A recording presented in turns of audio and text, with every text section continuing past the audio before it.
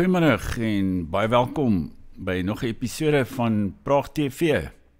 As jy nog nie op die kanaal ingeteken is nie, maak gerus so en klik sommer op die klokkie sodat jy kennisgewings van toekomstige video's mag ontvang. Nou vandag se onderwerp is SA of Suid-Afrika se kolossale padsterftesyfer.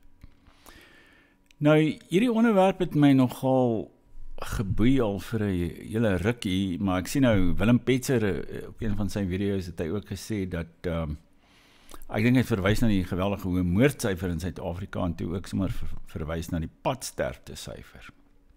Maar wat my persoonlik betref, dink ek padgedrag sê nogal baie oor die tipe mense wat in 'n land woon.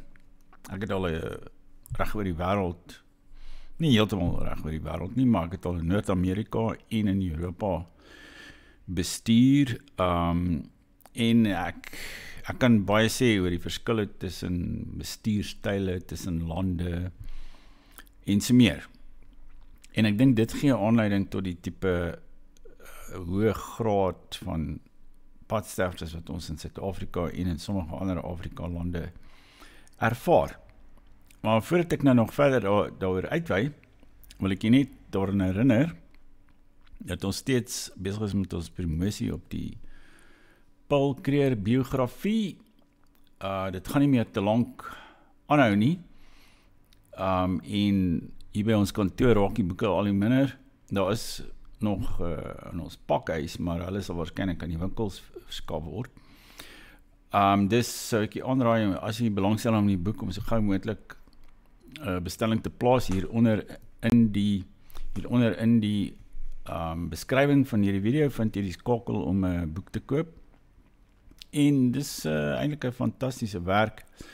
Veral nou natuurlik, ons het die afgelope tyd baie daaroor gesels en daar was soveel artikels ook in die media oor Paul Creer gewees. Ek sien daar was gister weer ene in die rapportafdeling van Netwerk 24 deur ene Sam Bosch.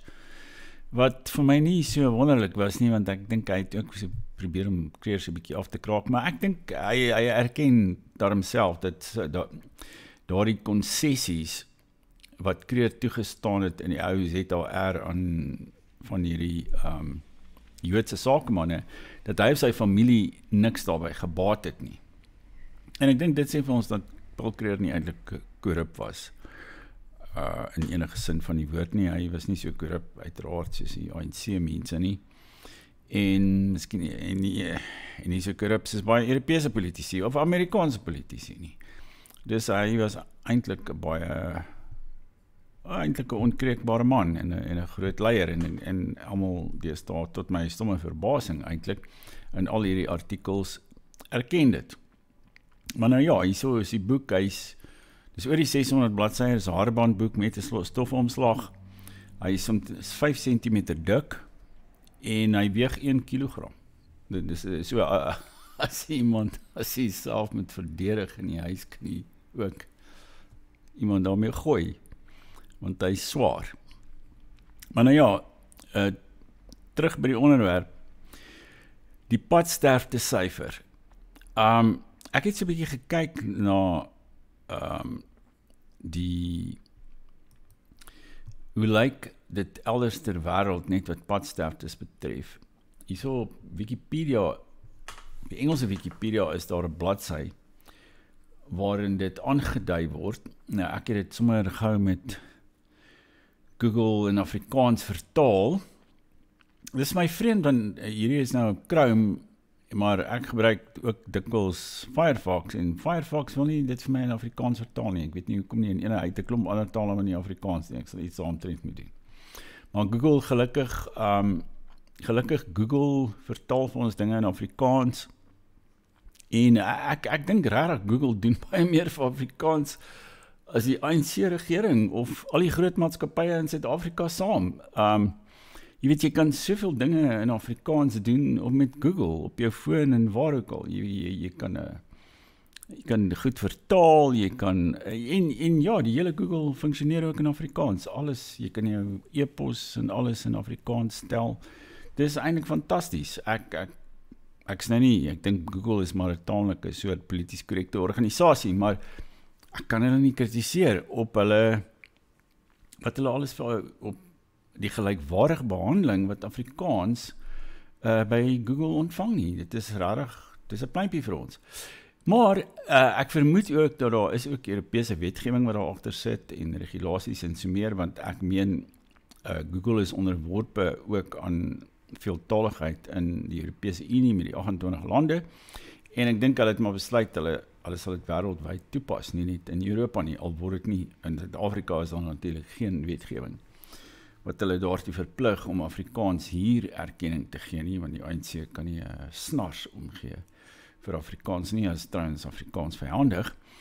En dis, ja, kry ons alles in Afrikaans van Google. Maar nou ja, terug by die onderwerp. Kyk, die veiligste land ter wêreld, lyk my, vir motor te bestuur is Monaco.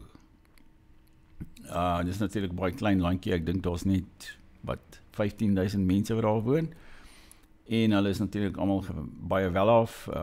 Ek dink om in Monaco te gaan bly moet jy 500.000 euro of terwyl dan 10 miljoen rand in 'n bankrekening plaas. Jy moet 10 miljoen rand kontant in die bankrekening plaas en dan mag jy 'n woonstel huur of iets van die of koop.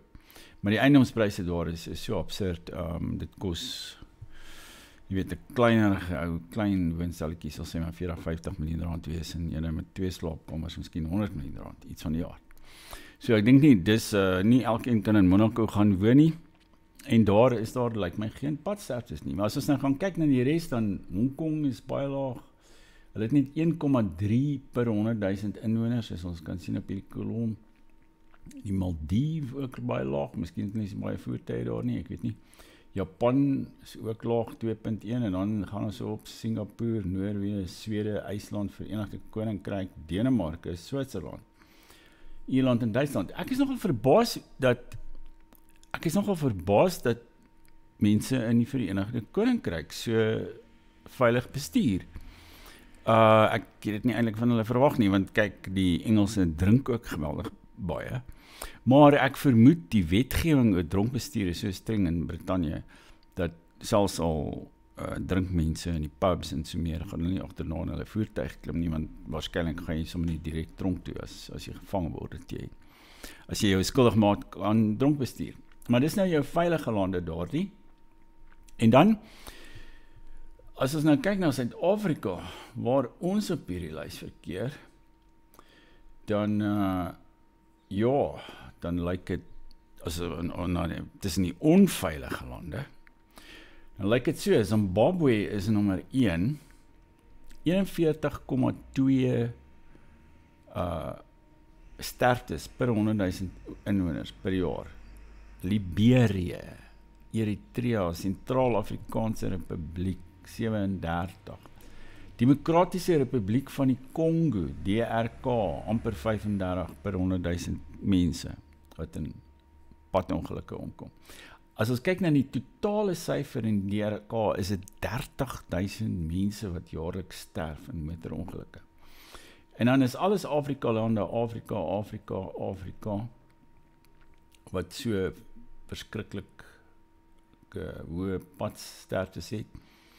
En dan kom ons uiteindelik by Suid-Afrika. Ons is nommer 46 op hierdie lys. Ons is die 46ste ergste op die lys. 13de, ek dink hierdie syfer is nog eintlik hoër, want hy is 'n paar jaar oud, is 13.000 padsterftes per jaar, en is 22 mense per jaar, per 100.000 per jaar wat in Suid-Afrika sterf. Nou, dit is natuurlik 'n ongelooflike syfer daardie, en as 'n mens kyk wat op die paaie aangaan, dan is dit ook nie verbasend nie, want 'n mens sien soveel roekelose bestuur, en natuurlik 1/4 van die ongelukke behels minibus taksies. En ek weet nie, hier waar ek woon, hier naby Fourways in Johannesburg, daar is 'n klomp taksies hier, want daar is die Diepsloot woonbuurt, swart woonbuurt of lokasie, soos dit in die ou dae genoem is, so 5 km hiervandaan, en hulle vervoer dan hulle passasiers tussen Diepsloot en die Fourways Mall en al die die sakeondernemings in Fourways. En jaag verskriklik vinnig en sny deur die verkeer. Hulle ry selfs op die sypaadjie. Daar's 'n baie mooi sypaadjie toe Willem Nicol nou so 'n klompie 10, 15 jaar gelede het hulle hom baie mooi verbreed en so meer. En 'n mooi sypaadjie ook aangelê wat eintlik ek dink bedoel is as ook 'n soort fietspad waar mense met fietsse kan ry. Maar die taksies as daar verkeer is, dan ry hulle sommer op die sypaadjie. Hulle ry op die middelman, hulle ry aan die verkeerde kant van die pad. Hulle maak net wat hulle wil en die verkeerspolisie doen niks daaraan nie.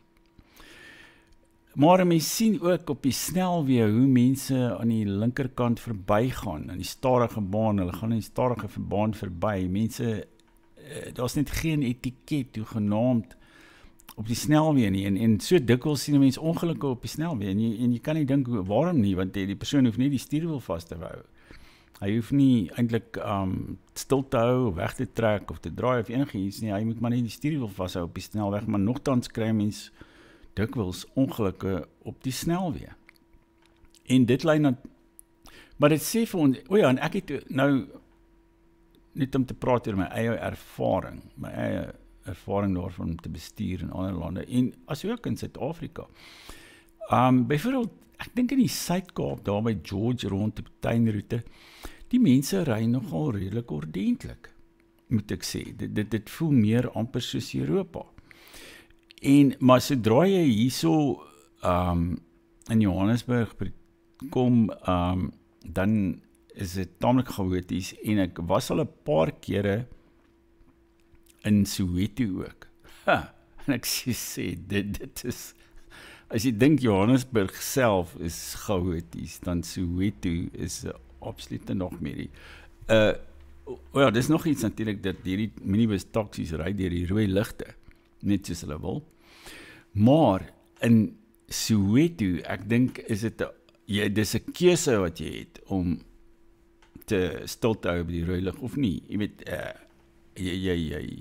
as jy daarna voel, kan jy stil hou by die rooi lig, anders ry jy maar net deur. En die voetgangers is ook heeltyd oor die pad. Die voetgangers loop ook in die pad. Jy weet, jy kry net die idee, dit is totaal chaoties in 'n plek soos Soweto. Terwyl in Johannesburg het jy nou so half nog 'n mengsel van die twee wêrelde van Afrika en Europa, maar daar is dit geheel en al net Afrika. En dan, as ek nou praat van in Amerika, het mense ook vir my, Amerika is nie so laag op die veiligheidssyfer nie, maar blykbaar het hulle baie ongelukke wat fietsse betref, fietsse en voetgangers. Want hulle het ook nie 'n lekker, ek dink, dit is nie soos in Nederland of Denemarke of van die Europese lande waar mense nou geweldig baie fietsry en waar hulle alles baie mooi gereël en georganiseer het rondom fietspaaie en die gebruike en die verhouding tussen die motoris en die fietsryer en die voetganger.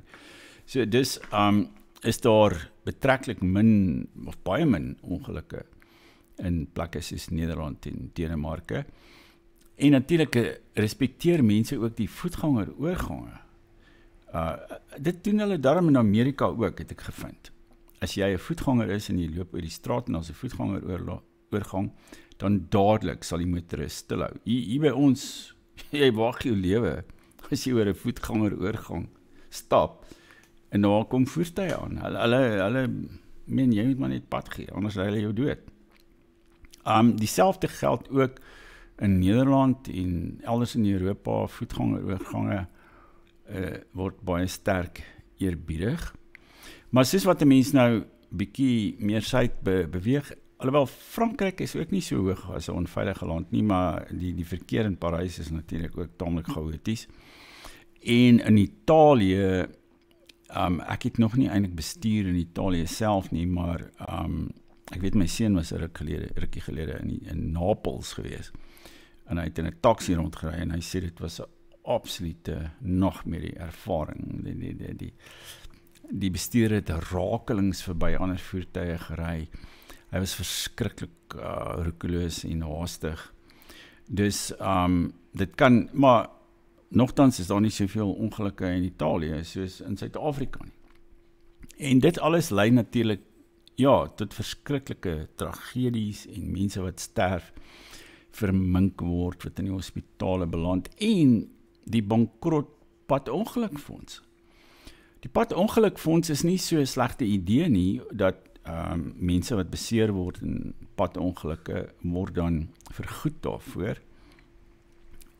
Maar daar is nie te veel padongelukke, en daarom is daar te veel eise, en die hof daar in Pretoria, waar al hierdie sake voorkom, ek dink daar word 60.000 padongeluksake in 'n jaar van die padongelukfonds aangehoor, en die howe, dit neem jare om deur die hof te kom, en daar's groot bedryf, dit vat baie lank vir die padongelukfonds om mense uit te betaal, en hy is daar kort in die nuus vanweë die gebrek aan fondse, en dit is 'n groot las op die hele samelewing, al hierdie padongelukke, net wat die padongelukfonds betref, maar ook natuurlik die staatshospitale en ander hospitale, en selfs die mediese fondse.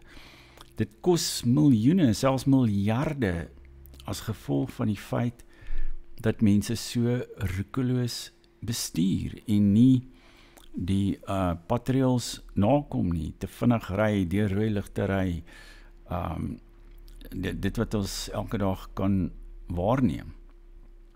Nou, ek weet nie hoe hierdie situasie beredder kan word nie, maar wat myself betref, deesdae bestuur ek eintlik baie versigtig, en dit is ook eintlik vir my, ek hou daarvan om hierdie minibus taksies te irriteer, deur op geel stil te hou. As die lig geel slaan, dan hou ek stil. En hulle kan absoluut buite hulle self raak van woede as jy dit doen, want nie net wil hy op geel ry nie, hy wil op rooi nog deurgaan. Jy weet, as daar niemand in die interseksie verkeer nie, wil hy nog op die rooi deurgaan. Dus mens moet natuurlik versigtig wees, dat hy nie te naby jou aan die agterkant is, dat hy sommer net in jou stert vasry nie. Maar ek dink dit is iets wat ons almal kan doen, is om op geel stil te hou, die padreëls te volg en nie vinnig te ry nie. Dit kos in elk geval met die prys van petrol deesdae baie duur om vinnig te ry, selfs lang afstande. Ek het al gevind, as jy togbeheer net so aansit, jy weet, sê maar op 110 in plaas van 120. Jy spaar ontsettend baie geld, daai ekstra 10 km per uur, en jy kom 20 minute vinniger by jou bestemming aan. Jy weet, as jy 10 km vinniger ry, maar jy spaar soveel geld deur jou brandstofverbruik soveel te laat daal. Maar nou ja, ek dink ook een van die dinge wat natuurlik, ander dinge wat bydra tot die geweldige hoë pad sterftesyfer is natuurlik die toestand van ons paaie. Daar's miljoene slaggate wat nie reggemaak word nie. Mense swaai uit vir die slaggate, of jy tref 'n slaggat en dan raak jou voertuig buite beheer. Dit en dan natuurlik die swak opleiding wat die bestuurders ontvang, en daar is mos nou veronderstel om 'n puntestelsel wat bestuurslisensie, wat rybewyse betref, ingestel te word. Ek dink van aanstaande jare af gaan dit begin. Maar die voertuie, baie van hulle is ook onpadwaardig. In die meeste ontwikkelde lande, in Japan of in Europa of in Amerika, moet jou voertuig, as hy 2 of 3 jaar oud is, moet jy elke jaar of elke tweede jaar moet jy om deur 'n toets sit, 'n inspeksielys, en dan word daar baie deeglik gekyk na jou remme, na jou stuur, en alles wat die veiligheid van die voertuig sou raak. En dis dalk 'n goeie idee om so iets in Suid-Afrika ook in te stel, maar ek weet nie of dit onder die huidige korrupte bewind sal kan geskied nie, want die beste idee wat 'n mens kan baie goeie idees hê, in Suid-Afrika, maar as dit by die toepassing daarvan kom, dan skiet dit gewoonlik tekort, want ons is in hierdie soort samelewing met kaderontplooiing en die res. Alles wat daarmee saamhang. Dus weet ek nie of so 'n stelsel soos elders bestaan waar voertuie gereeld nagesien moet word en padwaardig gehou word, of dit in Suid-Afrika heeltemal sal werk nie. En natuurlik is die verkeerspolisie ook totaal en al korrup. Maar nou ja, dit is 'n baie groot probleem. Mens waag jou lewe op die paaie in Suid-Afrika. En daarom voel ek ons moet ons bes probeer om veilig te bestuur en ook te antisipeer waar van hierdie ander bestuurders op die pad nie vir die ligte stilhou nie, of jy kan net nie aanneem dat die res van die padgebruikers die reëls gaan nakom nie. En daarom is dit baie gevaarlik om in Suid-Afrika te bestuur, en ek dink nie spoed in ons land is 'n goeie idee nie vanweë die toestand van die paaie. Maar ek sien Duitsland is ook bietjie hoër as van die ander Europese lande, en ek vermoed is ook maar vanweë die spoed wat hulle daar op hulle autobane toelaat. Want dit is my absolute malligheid, daar is van die, ek weet nie of jy al gesien het op YouTube, is daar mense wat 'n bepaalde voertuig se topspoed gaan toets op die autobaan in Duitsland. En dan ry hy 260 km/h of selfs 300 km/h op die autobaan. Maar die res van die verkeer in die ander bane ry sê nou maar 100, 150 of 160 of wat ook al. En dan kom hy teen 100 km/h of 150 km/h vinniger by hulle verby. Nou as die bestuurder in die ander baan die geringste, nie mooi kyk in sy triespieel of wat ook al nie, en voor hom inswaai of iets, dan is daar net daar 'n noodlottige ongeluk, want teen 300 km/h, die soort fisiese kragte wat dit loslaat, is eenvoudig so erg, dat geen mens lewend uit so 'n botsing sal kan stap nie.